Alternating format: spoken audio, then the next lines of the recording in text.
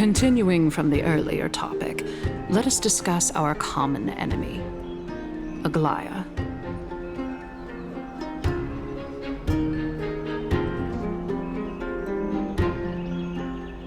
She is the second most experienced Chrysos heir across the whole of Akama, who has gradually lost her humanity to the ravages of time and the ablation of the core flame. A formidable opponent indeed.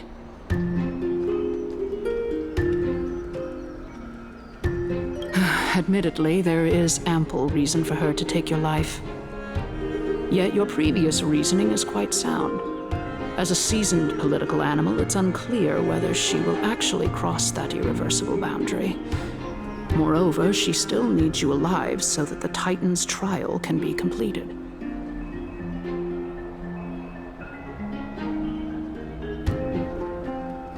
Is there anyone present who can swear by the sacred vow of Kefali and guarantee that you weren't in league with that woman before coming here?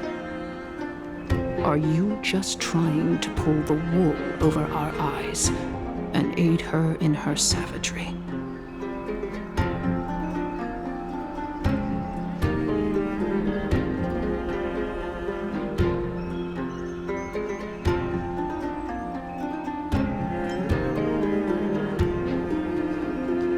If Aglaia required a suitably intelligent Chrysos heir, then I'm the best fit for her needs. However, it's quite evident that she has no need for a Chrysos heir who could break free of her control at any time.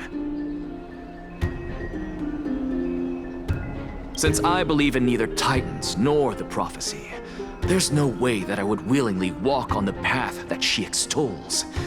Given how rigorously she enforces her principles, how would she ever accept a heretic such as me?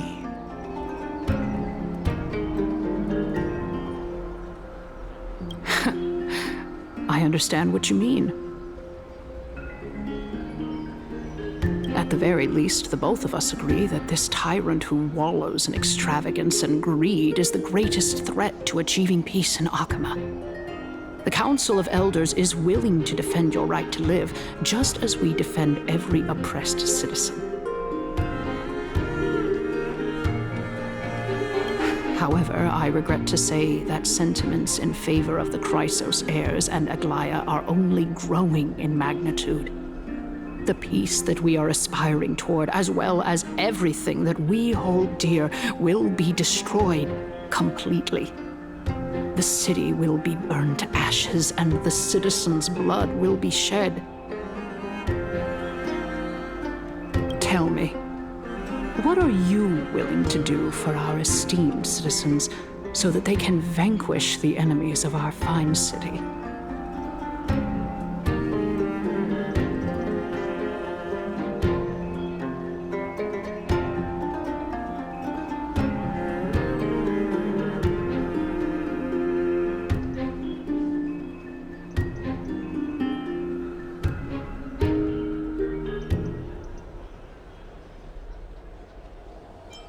Aglaia's authoritarianism, conceit, and arrogance have granted her unfettered control for the most part.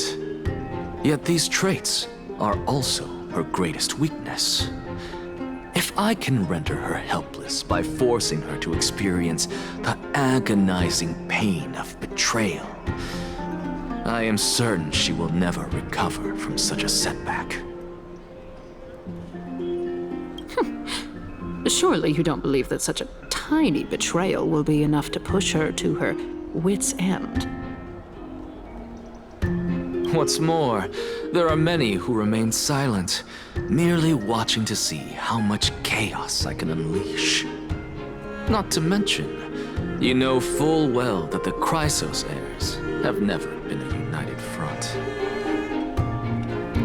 In the name of Kefali, Akama thanks you for your sincere and valuable thoughts. At this stage, it's clear that you and I understand the benefits to be won from this discussion. Let me put it plainly. The Council of Elders has always been renowned for its fairness, and that fairness is built on a foundation of sincerity. The Council of Elders has vowed to all citizens of Akaba that it will always remain loyal to them. As for you, my lord, how will you guarantee that you will be able to live up to such earnestness and will not betray Akaba's indomitable citizens when the opportunity presents itself? Just as you now betray Aglaya when it suits you.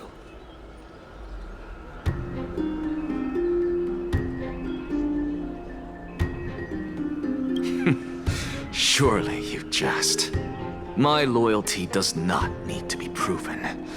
The fact that the Council of Elders is asking for proof of my loyalty is itself akin to a form of betrayal.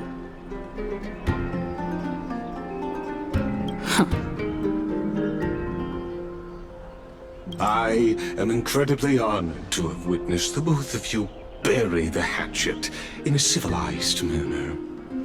However, I am afraid that I must interrupt for a brief moment. As the Theoros, I have observed the following. Lady Aglaya, the Goldweaver, is currently on her way to Dawncloud. Oh. Well, I do believe that we might have a slight overabundance of guests today. Feeling dissatisfied, Lady Kindness?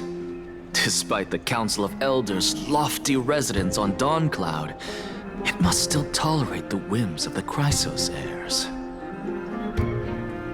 So you were holding back just now. Seems like you are better at playing this game than I. In any case, I'm glad that she's arriving here. So tell me, Anaxagoras, now that you're an ally of mine, if Aglaya were to demand that I hand you over, what should I do?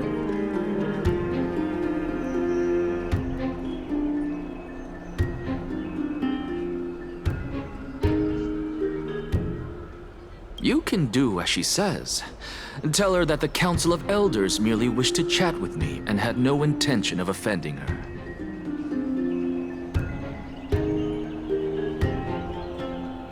However, by doing so, the authority of the Council of Elders will be as thin as papyrus that has been soaked in blood.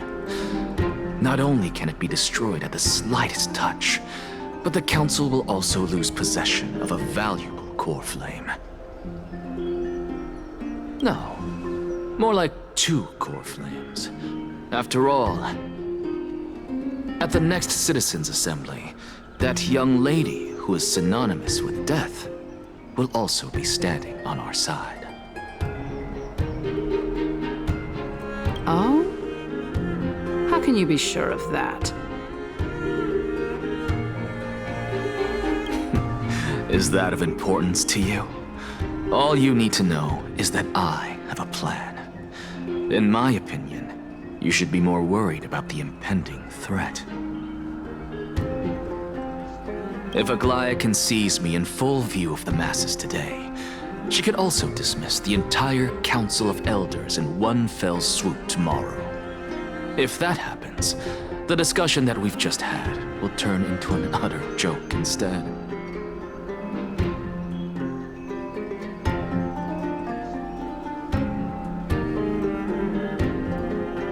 Is this the outcome that you wish to see, Lady Kindness? Fine. I will handle this matter appropriately. But you do best to remember this. Fool the people and karma will be on your tail. I'll overlook it this time, but don't count on there being a next time. Unless, of course, you crave cruel punishment and consider suffering the perfect state to ponder the true nature of souls. Well, what do you know? That happens to be one of my rare talents. We shall see, then.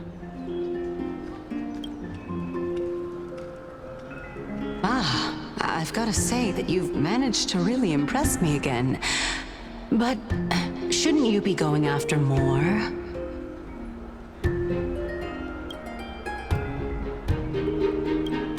dying to know what I'm after.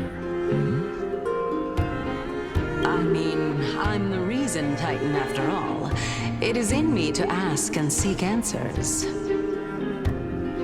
Easy there. You'll learn the answers soon enough. I didn't bring it up with her purely because she doesn't have the means to give me what I truly want. It's as they say, onlookers see most clearly. The true masters of Dawncloud have always been the Theoros, who watches over everything.